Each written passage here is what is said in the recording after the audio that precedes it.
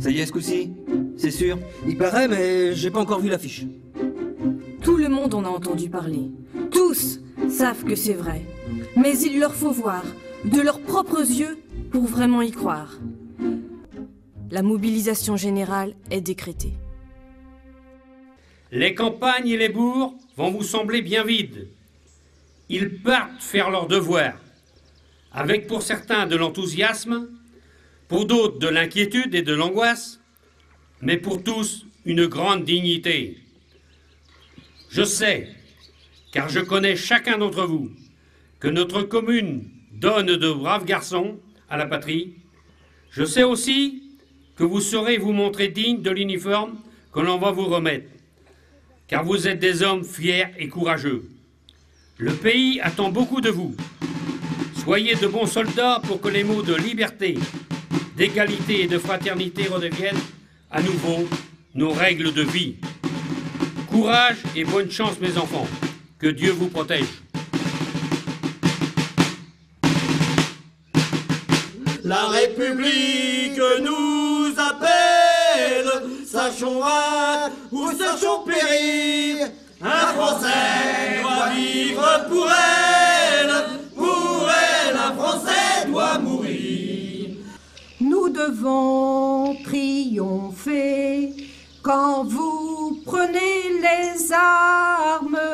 C'est au roi à verser des pleurs. Nous avons donné la vie, guerriers, elle n'est plus à vous. Tous vos jours sont à la patrie, elle est votre mère avant nous. La République vous appelle, sachez vaincre ou sachez périr. Un Français doit vivre pour elle, un Français doit mourir. Un Français doit vivre pour elle, un Français doit mourir. T'en fais pas trop, ma petite fille. Ça ne va peut-être pas durer longtemps. Il faut faire confiance à nos soldats. Ils sauront bien nous défendre. Oui, maman, mais j'ai peur pour François et Pierrot. Tout le monde a peur, ma fille. Tout le monde a peur. Ils sont là-bas.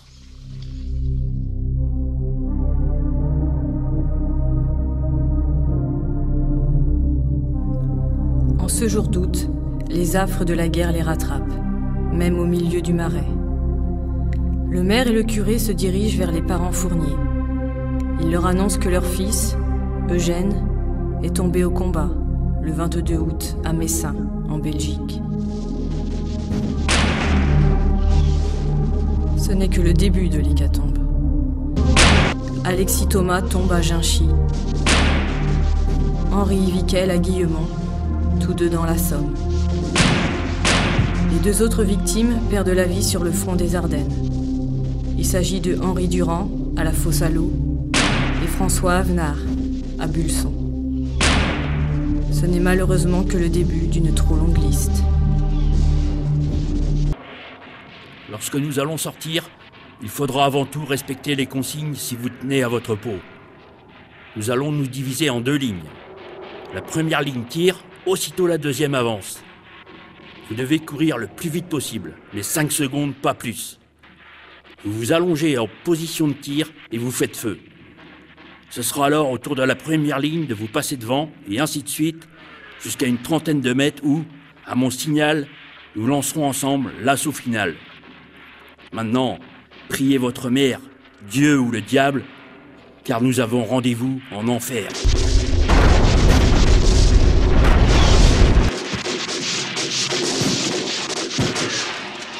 L'attaque est lancée.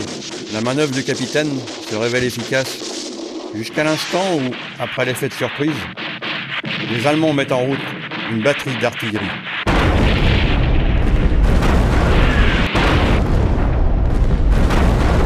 François se sent soudain soulevé de terre et se retrouve de 3/4 face contre le sol. Il est d'autant plus surpris qu'il ne ressent pas de douleur. Il essaie de se relever, mais il est incapable de bouger. Puis, enveloppé d'une sorte de torpeur, il entend un bruit sourd et lointain. Ce sont les tirs d'obus qui continuent. Il se sent fatigué. Alors, il ferme les yeux et ses pensées le ramènent dans son village, au temps du bonheur simple et journalier.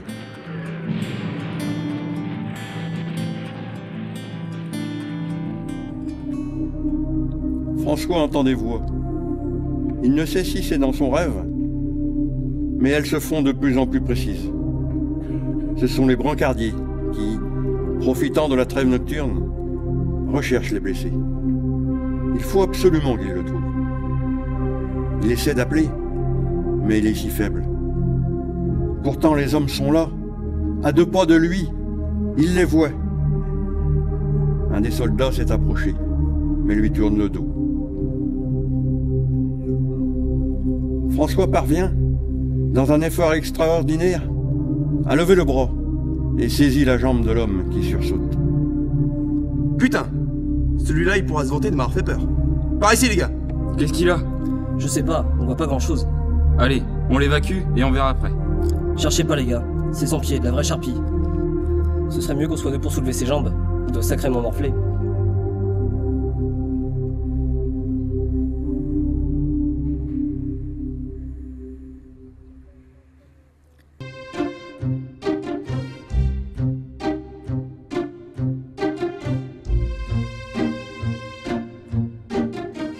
Il y a quelque chose qui me chiffonne. Quand ils ne sont pas au combat, ils sont loin des premières lignes. Et on dit que là-bas, il y a des filles.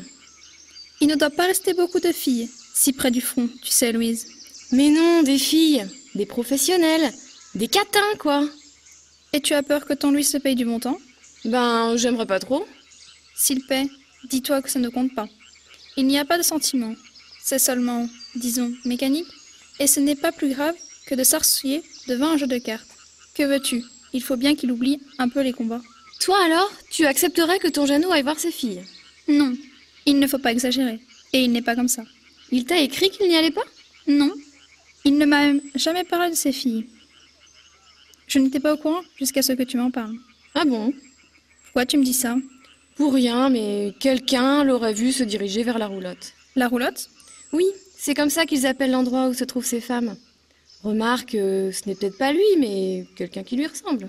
Décidément, tu es toujours aussi mauvaise langue. Même sur les soldats, il faut que tu baves. C'est une lettre de François. François nous a écrit. Mes très chers parents et ma très chère sœur, je sais que vous avez dû vous inquiéter pendant ces longues journées sans nouvelles. Ne vous en faites plus, je suis vivant. Si je ne vous ai pas écrit, c'est que je ne pouvais pas. Maman, ne crie pas. J'ai été blessée au combat. J'ai eu de la chance, je ne suis pas défigurée et je suis presque entier. Les semaines passent au village. La liste des hommes tombés au champ d'honneur ne cesse de s'allonger. Seuls, les enfants cessent leur jeu sur le passage de l'homme, qui avance, lentement, aidé par 2 béquilles.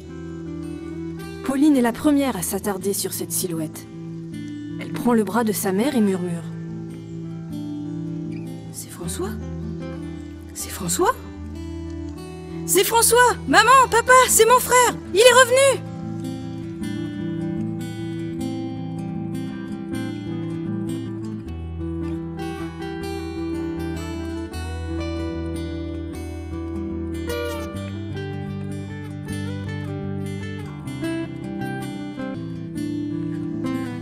Tu es enfin revenu. Que je suis heureuse. Oui, je suis là, mais dans quel état? Peu m'importe. Tu es là, mon François, et ça suffit à mon bonheur. Nous allons pouvoir tenir notre serment. À moins que tu n'aies changé d'avis. Non, enfin... Ou c'est la mémoire qui te ment? Je t'avais promis de t'attendre, et toi, tu me disais dans tes lettres que dès que cette guerre serait finie, on se marierait. Je sais bien tout ça, mais... Tu as vu dans quel état je suis? Je m'en fiche de ton état. Je t'aime, tel que tu es. Mais il faut se rendre à l'évidence.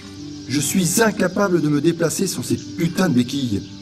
Comment veux-tu que je fasse pour nourrir une femme et peut-être des enfants? Des enfants? J'espère bien. Tu n'es pas seul. Un couple, ça se forme à 2. Moi, je t'ai fait une promesse. Je la tiens. Et peu m'importe qu'il te manque un bras ou un pied. Mon amour n'a pas diminué et il ne se mesure pas à la longueur de tes orteils. Et puis, Comment on a fait, nous, les femmes, depuis que vous êtes partis? Tu crois que les choux se sont plantés tout seuls? Et que les vaches ont arrêté de manger du foin? Ce que tu ne pourras pas faire, je le ferai. Oh, tout de même, ça ne te gênerait pas, toi, de te marier avec un infirme? Ce n'est pas grave. Il y en a dont les maris ont un pied beau, le mien aura un pied moche, c'est tout. Le lendemain, le maire vient rendre visite au nouvel arrivé. Il a besoin de connaître la vie au front. Ayant fait la guerre de 70, il a bien une idée assez précise de ce que vivent les soldats. Mais, jamais, aucune guerre n'avait généré un tel massacre. Sur le terrain, on n'a pas le temps de s'arrêter sur le malheur des autres. Il faut avancer et sauver sa peau. Il n'y a de place ni pour la compassion, ni la pitié. C'est cette indifférence qui nous maintient en vie et qui nous permet de ne pas perdre la raison. L'instinct de survie, c'est ce qui est plus fort que tout. Tu as été longtemps à l'hôpital? Oh oui, quasiment 6 mois. Tu as souffert de ta blessure, sans doute. Oh, j'ai souffert, oui, mais lorsque je voyais l'état de certains de mes camarades, j'avais le sentiment de m'en tirer à bon compte. Tu sais bien qu'on ne choisit pas. Les autres, ceux qui étaient avec moi, n'ont pas choisi non plus. Mais c'est là que j'ai réalisé toute la cruauté de la guerre. Le premier jour, lorsque je suis arrivé, j'ai regardé par la fenêtre de la chambre. Et là, je garde en mémoire la vision la plus cruelle de cette guerre. J'avais l'impression d'assister à une ronde. La ronde des horreurs, dans laquelle paradait tout un échantillon des blessures que la guerre pouvait affliger à un homme. C'était le défilé des manchots, des cul-de-jatte, des borgnes, le carnaval de toutes les gueules cassées. Quel avenir pour ces hommes? Ils devront faire face au regard effrayé des enfants et à celui dégoûté des adultes. Allez, arrête de ressasser ces mauvais souvenirs. Souvenirs ou pas, je vis avec.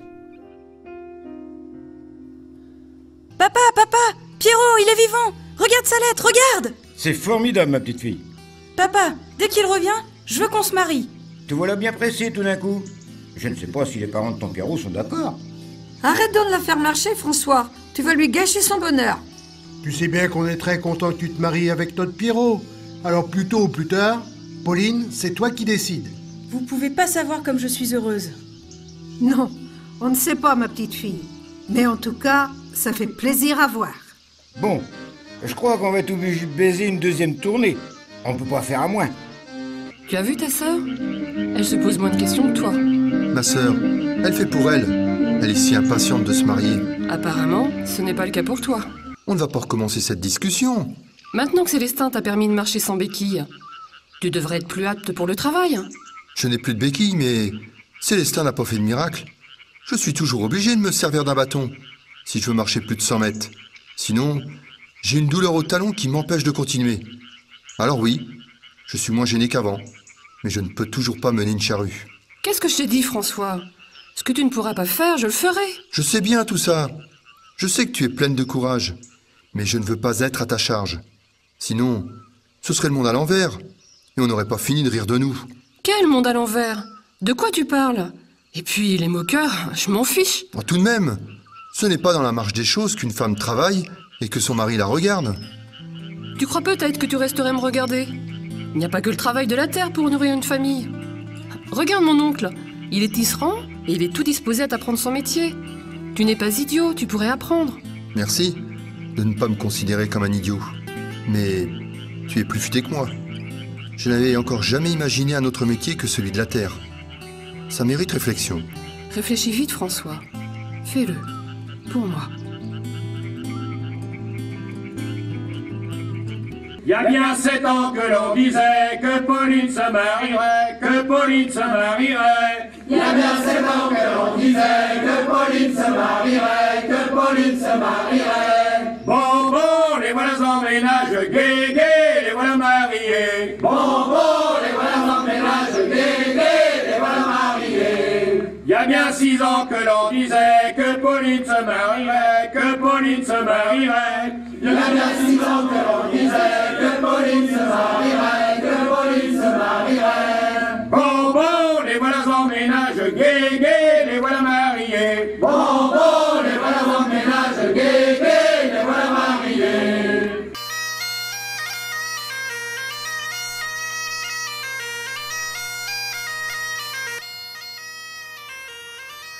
C'est un beau jour pour ta sœur. Oui, Ils ont l'air vraiment heureux tous les deux. Après toute cette misère, ça réchauffe le cœur. Le bonheur est encore possible, Oui, la preuve. à condition de le vouloir. C'est vrai que de les voir unis tous les deux, c'est beau et... C'est beau et quoi? Ah, c'est beau et ça fait envie. Qu'est-ce que tu veux dire, François? Ce que je veux dire, Lucie, veux-tu être ma femme? Si je le veux? Mais je ne veux que ça, mon François. Alors, allons annoncer la nouvelle. À notre tour d'être heureux.